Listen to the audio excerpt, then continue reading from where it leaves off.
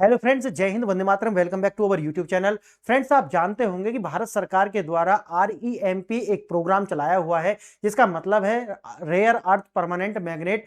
और ये जो रेयर अर्थ परमानेंट मैग्नेट है, इसका जो बजट रहा है वो लगभग 820 मिलियन डॉलर का जो है वो रहा है। और इसको लेकर के भारत सरकार के द्वारा बजट के अंदर आपने देखा होगा कि लगभग 4 ऐसे स्टेट हैं जहां पर हमने रेयर अर्थ मिनरल्स कॉरिडोर का विकास किया है। मैं आगे आपको इसमें बताने वाला हूं। और इसको लेकर के भारत का अपना जो परिदृश्य, भारत का जो अपना जो उद्देश्य है वो ये है कि लगभग 2029-30 तक भारत को रेयर अर्थ मिनरल्स के अंदर आत्मनिर्भर बनाया जाए। और ये आत्मनिर्भरता क्रिटिकल मिनरल्स जितने भी है, ये सिर्फ भारत ही नहीं, ये भारत अमेरिका के साथ मिलकर के भी ये सारे कार्य लगातार कर रहा है, यानी कि लैटिन अमेरिका के अंदर और अफ्रीका के जो नेशंस है उनके अंदर। यानी कि भारत और अमेरिका के बीच में, यानी कि India US critical mineral pact जो है उसका मेमोरेंडम ऑफ अंडरस्टैंडिंग हो चुका है। और साथ ही साथ में ये इतना ही नहीं, भारत और अंतरराष्ट्रीय स्तर पर जिसको हम बोलते हैं लगभग 6000 मीट्रिक टन पर एनम का जो उत्पादन है भारत और अमेरिका दोनों मिलकर के करने वाले हैं। इसी को लेकर के नेशनल क्रिटिकल मिनरल मिशन जो है NCMM जो है भारत सरकार के द्वारा, इससे एक अलग तरीका का जो प्रोग्राम वो चलाया हुआ है। मैंने एक तो आपको बता दिया परमानेंट मैग्नेट के लिए, लेकिन दूसरा है लगभग 34,300 करोड़ रुपए का जो बजट है ये इसका रखा हुआ है। और इसके द्वारा 2031 तक लगभग 6000 मिलियन मीट्रिक टन जो है रेयर अर्थ मिनरल्स जो है उनका प्रोसेसिंग करम के अंदर लाना होगा। इतना ही नहीं, इसी तरीका से ICET एक तरीका का फ्रेमवर्क है जो भारत और अमेरिका के द्वारा, यानी कि दोनों के बीच में एक ट्रीटी है जिसमें लिथियम प्रोजेक्ट और अमेरिका के द्वारा, ये पूरा लिथियम प्रोजेक्ट है, इसको भारत और अमेरिका के द्वारा लैटिन अमेरिका और साथ ही साथ जो अफ्रीकन कंट्रीज हैं उनके अंदर जाकर के एक्सट्रैक्शन का काम किया जाएगा। और इतना ही नहीं, 30 ऐसे क्रिटिकल मिनरल्स हैं जिसके अंदर लिथियम है, कोबाल्ट है, ग्रेफाइट है, रेयर अर्थ हैं, इन सबको मिलाकर के भारत सहित अमेरिका दोनों साथ मिलकर के कार्य कर रहे हैं। और जो मैंने तीनों आपको प्रोग्राम बताए हैं इनको याद रखना एग्जाम के लिए बहुत महत्वपूर्ण है। आइए थोड़ा सा देखते हैं पहले कि और क्या है। जैसा मैंने आपको बताया कि 7300 करोड़ रुपए जो है इसके लिए भारत सरकार के द्वारा परमानेंट मैग्नेट जो है उसके उत्पादन पर आत्मनिर्भर बनने के लिए इसका बजट एलोकेट किया गया है।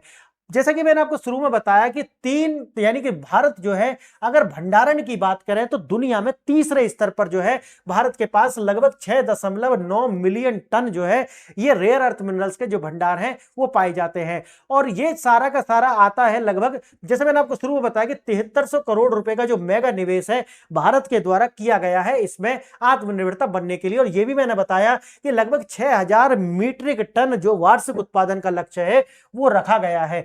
जैसे कि आपको पता है कि पहले नंबर पर चीन आता है, दूसरे पर वियतनाम आता है और तीसरे नंबर पर भारत आता है। लेकिन यह याद रखना कि चाइना भंडारण में भी पहले नंबर पर है और उत्पादन में भी पहले नंबर पर है। इसका मतलब है कि चाइना इसको एक्सट्रैक्ट भी करता है, लेकिन भारत ने अभी इस पर ध्यान नहीं दिया था। लेकिन अब जिस तरह का बजट आप देख रहे हैं तो इसको लेकर के भारत जो है एक युद्ध स्तर पर कार्य करना शुरू कर चुका है। चीन के 90% नियंत्रण को जो चुनौती है वो दी जा रही है। इसका मतलब यह है कि आने वाले समय में चाइना की जो अपनी एक हेजीमनी है उसको देखते हुए चाइना +1 की पॉलिसी पर कार्य किया जा रहा है। इसका मतलब यह है कि चाइना +1 दोनों तरीका से, यानी कि एक्सपोर्ट में भी और इंपोर्ट में भी। और साथ ही साथ चाइना +1 भारत अपने आप को ऐसे भी देखता है कि जो फैक्ट्रीज जो है अगर चाइना को छोड़ करके आती हैं तो भारत के अंदर उस तरह का माहौल क्रिएट किया जाए कि भारत जो है उनके लिए एक स्थान जो है चाइना के बाद बन सके। तो हर तरीका से चाइना +1 की पॉलिसी पर कार्य किया जा रहा है। अब देखिए, आपूर्ति श्रृंखला यानी कि सप्लाई चेन जो है पूरे वर्ल्ड के लिए, यही सप्लाई चेन भारत और अमेरिका के लिए बहुत ज्यादा महत्वपूर्ण है, इसलिए दोनों देश मिलकर के इस पर कार्य कर रहे हैं। आइए और देखते हैं ये जो हमको पता है आपको कि ये चाहिए क्यों, यानी कि 2030 तक जितनी आज हमारी मांग है उसको दुगुना करके आपको पाना होगा। यानी कि इसकी जो डिमांड है वो बढ़ेगी। क्यों बढ़ेगी? इसलिए बढ़ेगी, देखिए इलेक्ट्रिकल व्हीकल्स जो हैं इनकी संख्या भारत, आपने सुना होगा कि भारत चाहता है कि 2029-30 तक लगभग 50% जो वाहन है वो कैसे होने चाहिए, ईवी आधारित होने चाहिए। लेकिन दूसरे भी प्रोग्राम पर भारत काम कर रहा है, वो है हाइड्रोजन फ्यूल सेल, इस पर ज्यादा कार्य कर रहा है। वैसे दुनिया भी इस पर ज्यादा ध्यान नहीं दे रही, लेकिन भारत लगातार एक पायलट प्रोजेक्ट पर काम कर रहा है हरियाणा के अंदर। लेकिन आगे देखेंगे थोड़ा सा, विंड टरबाइन हो, इनके लिए भी परमानेंट मैग्नेट की आवश्यकता होगी। जो मिसाइल्स हैं, गाइडेंस सिस्टम जो है उसके लिए भी आवश्यकता होगी। और फिर परमानेंट मैग्नेट नहीं, जो क्रिटिकल मिनरल्स हैं उनकी आवश्यकता इसके लिए होगी। और साथ ही साथ में जितने भी जो डिजिटल गैजेट्स होते हैं उनके लिए भी रेयर अर्थ मिनरल्स की आवश्यकता होती है। आधुनिक उद्योग की जीवन रेखा होते हैं ये क्या, हमारे जो क्रिटिकल मिनरल्स होते हैं ये। अब जैसे मैंने बताया कि केरला, तमिलनाडु, आंध्र प्रदेश और उड़ीसा, ये कॉरिडोर बनाया गया, बजट में आपने देखा होगा, और इसके लिए अलग से 10,000 करोड़ रुपए का जो बजट है वो था। अब डेडिकेटेड रेयर अर्थ कॉरिडोर, जिसके अंदर मोनोजाइट जो रेत होता है उसको प्रोसेस करके अलग अलग तरीका से क्या बनाए जाएंगे, रेयर अर्थ मिनरल्स जो है उनको एक्सट्रैक्ट किया जाएगा। इसके अंदर भाग लेने वाले दो संस्थान है, एक तो हमारा बार्क है और भाभा परमाणु अनुसंधान केंद्र, और एक है IREL, इनकी लैब जो है ये दोनों मिलकर के इसमें काम कर रहे हैं। स्वदेशी तकनीक का जो विकास, जैसे मैंने आपको बताया है कि चाइना से टेक्निक इंपोर्ट नहीं की गई है, लेकिन हमने अलग अपनी तकनीक बनाई है जिससे हम मोनोजाइट से बनाया जाएगा परमानेंट मैग्नेट के लिए क्या, रेयर अर्थ मिनरल्स जो है उसकी प्रोसेसिंग। आइए देखते हैं थोड़ा इसको विस्तार से।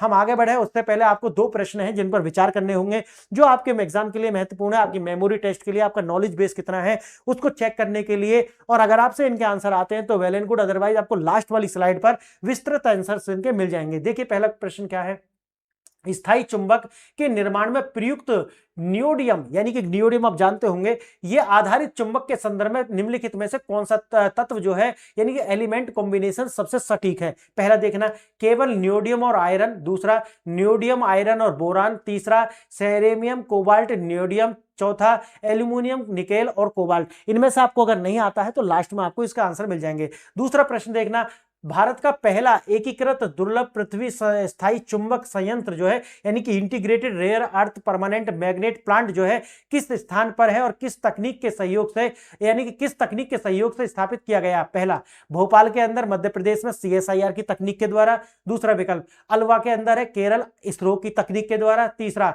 विशाखापट्टनम में है आंध्र प्रदेश बार्क और IREL की तकनीक के द्वारा, और डी यानी कि चौथा है छतरपुर उड़ीसा DRDO की तकनीक के द्वारा। तो बताना आपको ऐसा आंसर पता चल गया होगा, अदरवाइज आपको लास्ट में तो मिल जाएगा इसका आंसर, और डिस्कशन में तो आपको दौरान मिल ही जाएगा। देखिए थोड़ा विस्तार से देखते हैं, भारत का अपना स्थायी चुंबक उत्पादन इस साल के अंत तक घरेलू उत्पादन जो है, जैसे मैंने आपको बताया है, खनन मंत्रालय के द्वारा बताया जा रहा है कि हमें जो है इसकी आवश्यकता है, और इस साल के अंत तक जो है इसका प्रोडक्शन स्टार्ट हो जाएगा। निवेश जैसे मैंने आपको बता दिया लगभग 7300 करोड़, यानी कि $82 मिलियन आपको देखने के लिए मिलेगा। कितना है लक्ष्य, प्रति वर्ष का लक्ष्य जो रखा गया लगभग 6000 मीट्रिक टन हमको लेना है। आयात निर्भरता, यानी कि दूसरे देश खासकर चाइना के ऊपर जो डिपेंडेंसी है उसको खत्म करना हमारी प्राथमिकता है, क्योंकि इसी से जो हमारी स्ट्रेटेजिक ऑटोनॉमी जो है वो निश्चित हो पाएगी। और हमारी जो फॉरेन पॉलिसी है, अगर हम निर्भरता दूसरे देशों पर होती है तो हमारी जो फॉरेन पॉलिसी होती है वो भी कंप्रोमाइज हो जाती है। इसके लिए आपको हमें आत्मनिर्भर बनना पड़ेगा। जैसे मैंने आपको बताया इलेक्ट्रिकल व्हीकल्स के लिए 2030 तक इसकी मांग जो है वो दुगनी हो जाएगी, क्योंकि 2030 तक हमने लक्ष्य रखा कि 50% जो वाहन है वो इलेक्ट्रिक व्हीकल होने चाहिए हमारे रोड के ऊपर, ऐसा सरकार का लक्ष्य है। अक्षय ऊर्जा, पवन टरबाइन हो, यांत्रिक ऊर्जा जो शुरू में मैंने बताया है, इनके लिए इसकी आवश्यकता होगी। रक्षा और प्रौद्योगिकी, इसके लिए भी मिसाइल गाइडेंस प्रोग्राम या वैज्ञानिकों की वैज्ञानिक तकनीक R&D, इसके लिए भी आवश्यकता होगी। और इलेक्ट्रॉनिक्स गैजेट्स जो होते हैं उनके लिए भी इनकी आवश्यकता होती है, इसलिए इसकी आवश्यकता है। चीन का एकाधिकार है, उसको भी तोड़ना होगा, और अगर हमारी निर्भरता चीन जैसे देश पर होती है तो फिर हमारे लिए समस्या हो जाएगी। तो सप्लाई चेन जो है उसको बाधित ना हो, इसके लिए भी भारत जो है इसका जो है निर्माण है वो करने का लक्ष्य रखा हुआ है। और मैंने आपको बता दिया इसमें USA भी ICET जो एक ट्रीटी है उसके द्वारा शामिल है।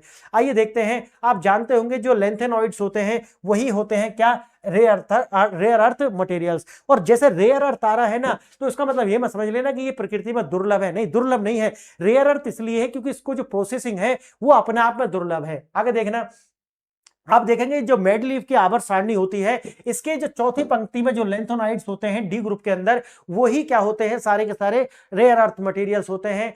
और भ्रांति जो मैंने आपकी बताया कि भाई देखो दुर्लभ नहीं होते, लेकिन एक्सट्रैक्शन जो है वो ज्यादा दुर्लभ होता है, इसलिए इनको दुर्लभ बोल दिया जाता है।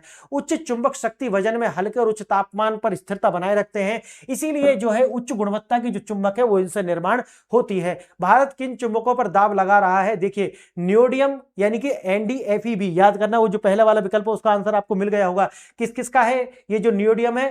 किस किस का है? आयरन और बोरान और एनडी, समझ गए, तीनों का मिक्सचर है। सबसे शक्तिशाली और प्रचलित है नियोडियम प्लस आयरन बोरान, आप समझ गए, और इलेक्ट्रिकल व्हीकल्स और विंड वगैरह के लिए आवश्यक होता है। अब देखिए सेमेरियम कोबाल्ट जो है, सेमेरियम कोबाल्ट जो उच्च तापमान सहने की क्षमता होती है और विशाखापट्टनम में इसका जो प्लांट है वो है, इसका उत्पादन की जो इस साल के अंत तक जो है संभावना है। पुराने और एलनिको, जो पुराने और कम शक्तिशाली चुंबक है उन्हें बोलते हैं फेराइट एलनिको। देखिए दुनिया का तीसरा सबसे बड़ा भंडार भारत के अंदर है, जैसे कि मैंने आपको शुरू में बताया कि चाइना के पास जो भंडार है लगभग 44 मिलियन टन जो है वो है, और दूसरा भंडार जो है जैसे कि आपको पता है वो आता है रूस के पास में, और तीसरा जो भंडार है वो आता है भारत के पास में 6.9 मिलियन टन। ये याद रख लेना क्योंकि एग्जाम के लिए महत्वपूर्ण है। और ये इसका जो रेयर अर्थ मिनरल्स हैं ये कहां से एक्सट्रैक्ट किए जाते हैं? मोनोजाइट रेट से। इसमें थोरियम और रेयर अर्थ दोनों पाए जाते हैं मोनोजाइट्स के अंदर, याद रखना एग्जाम के लिए बहुत ज्यादा। डेडिकेटेड कॉरिडोर बनाया गया था, ये आप जानते हैं, उड़ीसा, आंध्र प्रदेश, तमिलनाडु, केरला को लेकर के, क्लियर है ये वाला, और इसके लिए अलग से बजट था, आपको याद भी होगा 10,000 करोड़ के आसपास।